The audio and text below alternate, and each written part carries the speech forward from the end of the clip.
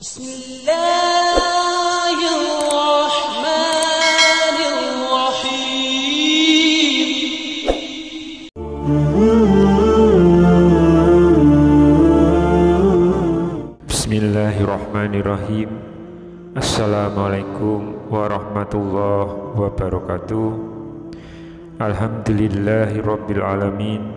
Wassalatu wassalamu ala asrofil anbiya'i wal mursalin nabiyyina wa habibina Muhammadin wa ala alihi wa sahbihi ajmain wa man tabi'ahum bi ihsanin illa yaumiddin. Allahumma sholli ala sayyidina Muhammad wa ala ali sayyidina Muhammad. Harapan dan doa saya semoga saudaraku semuanya selalu diberikan kesehatan, dilapangkan rezekinya, diampuni dosa-dosanya, dipanjangkan umurnya, dan semoga kita tidak mati kecuali mati dalam keadaan Islam. Dan sempatkanlah menuliskan sholawat di kolom komentar, insya Allah menjadi bukti cinta kita kepada Rasulullah Muhammad sallallahu alaihi wasallam. Semoga kita semua akan mendapatkan syafaat beliau di akhirat kelak. Amin ya rabbal alamin. Sahabat beriman yang dirahmati Allah, setiap manusia pasti memiliki garis takdirnya sendiri, apakah itu terkait rezeki, jodoh maupun mati. Memang tidak bisa kita pungkiri bahwa semua hal tersebut telah diatur oleh Allah Subhanahu wa Ta'ala. Dan mungkin saja kita pernah melihat bahwasanya meski sebagian besar orang bekerja keras untuk mendapatkan rezeki atau kekayaan yang berlimpah, namun kenyataannya masih banyak yang belum mampu mendapatkan semua seperti yang diinginkan.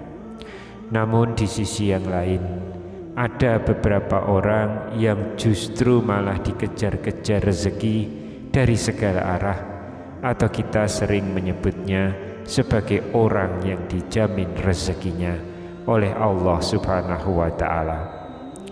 Allah berfirman dalam Quran surat At-Talaq ayat 3, dan menganugerahkan kepadanya rezeki dari arah yang tidak dia duga. Siapa yang bertawakal kepada Allah, niscaya Allah akan mencukupkan keperluannya. Sesungguhnya Allah lah yang menuntaskan urusannya. Sungguh Allah telah membuat ketentuan bagi setiap sesuatu. Ayat tersebut menjelaskan bahwa barang siapa yang bertawakal kepada Allah, niscaya Allah akan memberikan jalan keluar dan rezeki dari arah yang tak pernah kita duga dan sangka datangnya. Lantas siapakah orang itu, dan apa saja ciri-ciri dari orang yang selalu dikejar-kejar rezeki tersebut? Yang pertama adalah orang yang suka bersedekah. Seperti yang kita tahu, bersedekah adalah amalan yang sangat terpuji, karena dengan memberikan sedikit dari harta yang kita miliki, secara tidak langsung kita telah membantu banyak orang. Dan tentu saja doa dari orang-orang penerima sedekah itu sangatlah mustajab di hadapan Allah Subhanahu wa Ta'ala. Sahabat beriman yang dirahmati Allah, kita ketahui bersama bahwa sedekah yang kita berikan dengan ikhlas karena Allah, maka Allah akan mengganti berlipat-lipat baik di dunia maupun di akhirat kelak. Sudah dijelaskan melalui Quran surat Al-Baqarah ayat 261. Perumpamaan orang-orang yang menginfakkan hartanya di jalan Allah adalah seperti orang-orang yang menabur sebutir biji benih yang menumbuhkan 7 tangkai. Pada setiap tangkai ada 100 biji. Allah melipat gandakan pahala bagi siapa yang Dia kehendaki. Allah Maha Luas lagi Maha Mengetahui. Sahabat beriman yang dirahmati Allah, apakah kita boleh melakukan sedekah, namun dalam hati kita berharap supaya Allah menggantinya dengan kekayaan di dunia? Tentu saja hal seperti itu diperbolehkan selama kita hanya mengharap pada Zat yang Maha Pemberi rezeki, Allah Subhanahu wa Ta'ala, dan bukan mengharapkan rezeki dari seseorang yang akan memberikan kekayaan kepada kita setelah kita bersedekah. Inilah yang tidak dianjurkan. Kenapa? Karena berarti kita sudah berharap kepada sesama makhluk ciptaan Allah, sedangkan Allah sudah memerintahkan untuk tidak menggantungkan diri kita kepada sesama makhluknya, yang menandakan bahwa kita telah menyekutukan Allah dengan sesuatu. Na'udzubillah. Lalu yang kedua, orang yang suka bersyukur. Sahabat yang dirahmati Allah, apabila kita selalu bersyukur setiap saat, baik ketika mendapat rezeki yang berupa harta, kesehatan, atau bahkan saat ketika mendapatkan ujian dengan sakit pun, dan kita tetap bersyukur, maka insya Allah Allah Subhanahu wa Ta'ala akan menambahkan nikmatnya kepada kita dengan kuasanya, dan juga akan mengangkat segala penyakit dari dalam diri kita. Allah berfirman dalam Quran surat Ibrahim ayat yang ke-7, ingatlah ketika Tuhanmu memaklumkan, sesungguhnya jika kamu bersyukur, niscaya aku akan menambah nikmat kepadamu. Tetapi jika kamu mengingkari nikmatku, sesungguhnya azabku benar-benar sangat keras. Dari ayat tersebut maka sudah jelas disampaikan bahwa barang siapa yang sering mensyukuri nikmat Allah Subhanahu wa Ta'ala, maka Allah akan menambah nikmatnya untuk kita. Namun sebaliknya, jika kamu mengingkari nikmat yang diberikan Allah Subhanahu wa Ta'ala, maka Allah akan mengazab orang tersebut dengan azab yang sangat pedih. Oleh karena itu, penting sekali bagi kita untuk terus bersyukur dalam segala kondisi dan lakukan setiap hari. Insya Allah nikmat kita akan terus ditambah oleh Allah Subhanahu wa Ta'ala. Amin ya Rabbal Alamin. Kemudian yang ketiga, orang yang sering membaca Al-Quran, khususnya surat Al-Waqiah. Surat Al-Waqiah dikenal memiliki keutamaan dalam hal mendatangkan rezeki dan juga nikmat.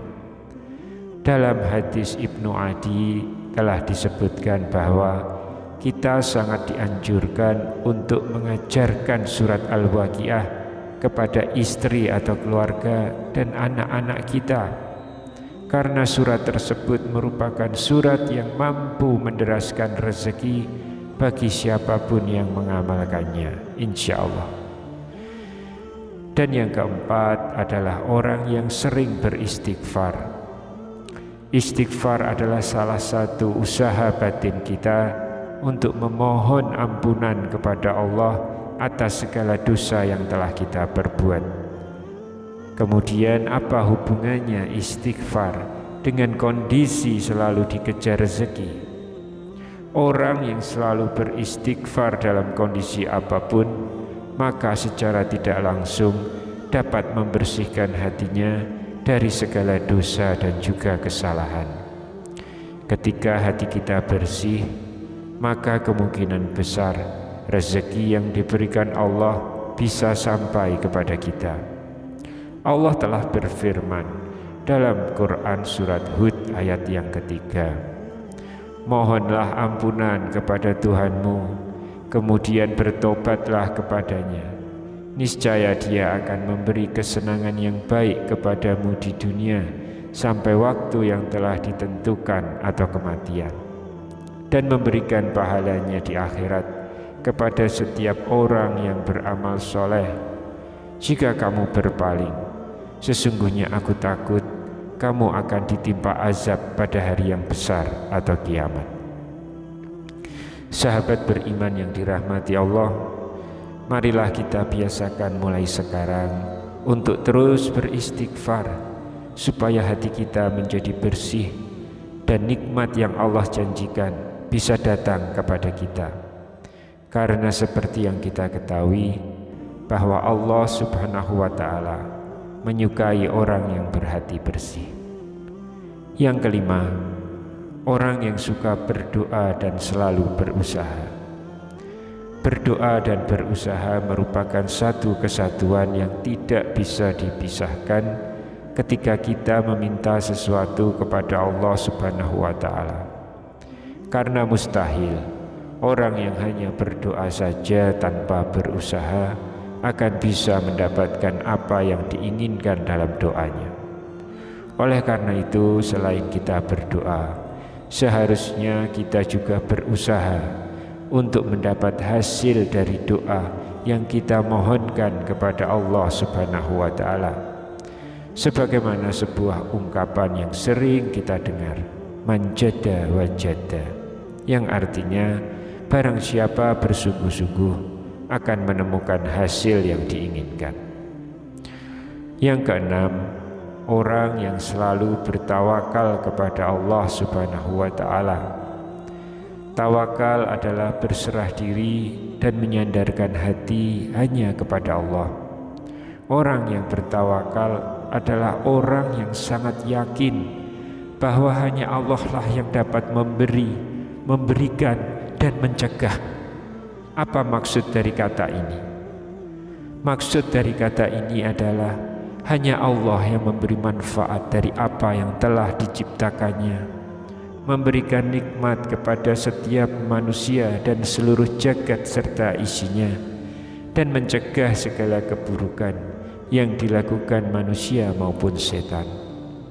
Dari Umar bin Khattab radhiyallahu anhu, Rasulullah shallallahu alaihi wasallam bersabda, seandainya kalian sungguh-sungguh bertawakal kepada Allah, sungguh Allah akan memberikan kalian rezeki sebagaimana Allah memberi rezeki kepada seekor burung yang pergi dalam keadaan lapar dan kembali dalam keadaan kenyang.